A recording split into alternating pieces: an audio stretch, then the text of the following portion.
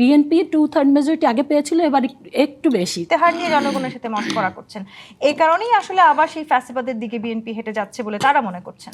প্রথমত আমি আপনার প্রশ্নের উত্তর দিচ্ছি, বিএনপি মেজরিটি কোনো বড়াই করার কিছু নাই, কারণ বিএনপি নতুন করে মেজরিটি পায় নাই। বিএনপি মেজরিটি আরও অনেকবার নির্বাচনে পেয়েছে, কাজেই বিএনপি নতুন করে কোনো ক্ষমতায় আসে নাই, নতুন করে অনেক আসন পেয়েছে, এরকমও কোনো নতুন রেকর্ড না।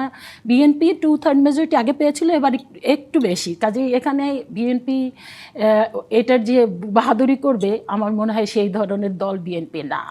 কাজেই এটা নিয়ে কোনো প্রশ্ন আসার কোনো কারণ নাই। আর বিএনপি সরকারি দলে থেকে বিরোধী দলের থেকে বিএনপির একটা দীর্ঘ অভিজ্ঞতা আছে, কাজেই বিএনপি এই ধরনের কোনো কিছু মানে এটা নিয়ে প্রাউড করার মতো বিএনপির কোনো জায়গা নাই, এক নাম্বার। দুই নাম্বার হলো আমি তুষারের কয়েকটা মানে কথার একটু উত্তর দিতে চাই। প্রথমত বলেছে ট্রফি নিয়ে আমাদের স্থানীয় সরকার প্রতিমন্ত্রী আজকে পার্লামেন্টে যে বক্তব্য দিয়েছেন, আমি কিন্তু ওই বক্তব্যটা শুনছিলাম।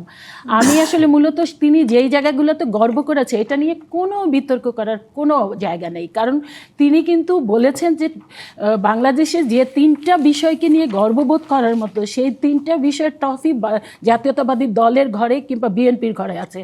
সেটা হচ্ছে 71-এ আপনারা জানেন শহীদ রাষ্ট্রপতি জিয়াউর রহমান স্বাধীনতার ঘোষণা দিয়েছেন, নিজে অস্ত্র হাতে যুদ্ধ করেছেন, দেশ স্বাধীন করেছেন। সেই ট্রফিটা সর্বশেষ মানে বিএনপির ঘরেই উঠেছে, কারণ স্বাধীনতার ঘোষক হিসাবে সেই সময় আপামর জনসাধারণের কাছে সবচেয়ে গ্রহণযোগ্য, সবচেয়ে ভালোবাসার মানুষটি শহীদ রাষ্ট্রপতি জিয়া রহমান হয়েছিলেন। সেই জন্যই 75-এ যখন 3 দিন সরকার ছিল না সিপাহী জনতার বিপ্লবের মধ্যে দিয়ে শহীদ রাষ্ট্রপতি জিয়া রহমানকে দেশকে উদ্ধার করবার জন্য তাকে কিন্তু ক্ষমতায় নিয়ে এসেছিলেন। সেই কারণে তিনি বলেছেন ট্রফিটা ওই সময় 71-এ যে ট্রফিটা সেটা বিএনপির ঘরে গিয়েছে। দ্বিতীয় ট্রফিটা হয়েছে 90-এর আন্দোলনে, জনতা খেলেছে আর ট্রফি নিয়েছে বিএনপি, এটা বলেছে সরওয়ার তুষার।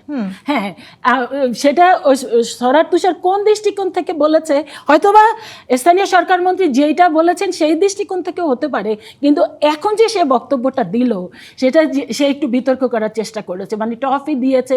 অর্থাৎ তাদের মধ্যে থেকে আমরা বিভিন্ন সময় যেটা শুনতে চাই যে এই নির্বাচনটি পূর্ব নির্ধারিত একটা অন্তর্বর্তীকালীন সরকার এরকম একটা ম্যানিপুলেশন করেছে, এই ধরনের বক্তব্য তো তারা অনেক সময় দিয়ে থাকে। তো কাজে ওই দৃষ্টিকোণ থেকে কিন্তু স্থানীয় সরকার প্রতিমন্ত্রী বক্তব্য রাখেনি, বক্তব্য রেখেছেন যে এই 36 জুলাই আন্দোলনের বিএনপির নেতা আমাদের বর্তমান প্রধানমন্ত্রী জনাব তারেক রহমান হলো মূল নেতা ছিলেন। 200-র বেশি সার্ভিস ও ফিচারে লেনদেনের সব বিকাশ অ্যাপে সম্ভব। এইটাই তিনি তার বক্তব্যে স্পষ্ট করে কিন্তু লন্ডনে গিয়ে আসলে ট্রফিটা কেন দিয়ে আসতে হলো? দিতে হলো আপনি জানেন না কি কারণে দিতে হলো?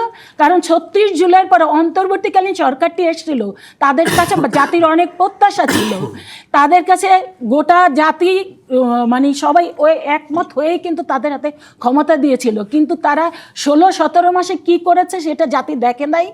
কিভাবে মব কালচার সৃষ্টি করেছে, কীভাবে মাজার ভেঙেছে, কিভাবে প্রথম আলো, ডেইলি স্টারের মতো পত্রিকা পুড়িয়ে দিয়েছে, জ্বালিয়ে দিয়েছে, উদিসির মতো জায়গা জ্বালিয়ে দিয়েছে, কিভাবে হিন্দু সম্প্রদায়কে গাছের মধ্যে টানিয়ে হত্যা করে আবার জ্বালিয়ে দিয়েছে। এরকম একটা অবস্থার মধ্যে দিয়ে এবং অর্থনীতি কিভাবে মানে দিনে দিনে এমন খারাপ অবস্থায় গিয়েছিল সেরকম একটা অবস্থায়, এবং আপনারা জানেন যে অন্তর্বর্তীকালীন সরকারটি আসার মাত্র 3-4 দিনের মাথায় কিন্তু বিএনপি একটা বিরাট সমাবেশ করে বলেছিল যে আমরা 3 মাসের মধ্যে নির্বাচন চাই, এবং ওই নির্বাচনটি কেন চাইলাম সেই কারণে বিএনপিকে কত রকমের কালার দেওয়া হলো। বিএনপি মানে নির্বাচন, বিএনপি অন্তর্বর্তীকালীন সরকারকে চায় না, বিএনপি হলো মানে এদেশের ভালো চায় না, এই নানা রকমের গণভোটে তো বিএনপিও প্রচারণা চালিয়েছিল হ্যাঁ ভোটের পক্ষে। তাহলে এখন আসলে সেই গণভোট নিয়ে সংস্কার নিয়ে বিএনপি দেখেন বিএনপি এইটা হলো আর একটা অন্তর্বর্তীকালীন সরকার, আর একটা ওই যে বলেছে না প্রতারণার দলিল, আমাদের মাননীয় স্বরাষ্ট্রমন্ত্রী পার্লামেন্টে গিয়ে বলেছেন, একদম এইটাই কিন্তু সত্য। এই যে আমি আর একটা টকশোতে বলেছিলাম যে খায়রুল হকের জন্য ওই তত্ত্বাবধায়ক সরকার, যদিও ওই সময় শেখ হাসিনা তত্ত্বাবধায়ক সরকার তুলে দিয়েছেন, কিন্তু মূল আসামি ছিল হলো খায়রুল হক, কারণ খায়রুল হক ওই সময় যদি ওই মানে ওই নেতৃত্বটা না নিত কিংবা ওই কাজটি যদি না করতো তাহলে আমি মনে করি এই শেখ হাসিনা 2014 সালের পরে যে এই যে ভোটারবিহীন যে নির্বাচনগুলো হয়েছে সেটা হতো না। আমি মনে করি অন্তর্বর্তীকালীন সরকারও যেই কাজটি করেছে সেইটা দেখেন, দীর্ঘ 9 মাস 30টা দল একাত্র হয়ে বসে প্রতিদিন প্রায় সকাল 10টা থেকে শুরু করে 5টা পর্যন্ত এক একটা বিষয় নিয়ে আলোচনার ভিত্তিতে, এবং সেখানে বিএনপি কতগুলো নোট অফ ডিসট্রিক্ট দিলেন, এবং জুলাই সনদ সকল জাতি, শুধু বাংলাদেশ না, সারা পৃথিবীর মানুষের কাছে সনদ স্বাক্ষরিত হলো, অথচ নির্বাহী আদেশে সেইটা মানে দূরে ঠেলে দিয়ে তারপরে বারবার সংকটটা তৈরি হয়েছে।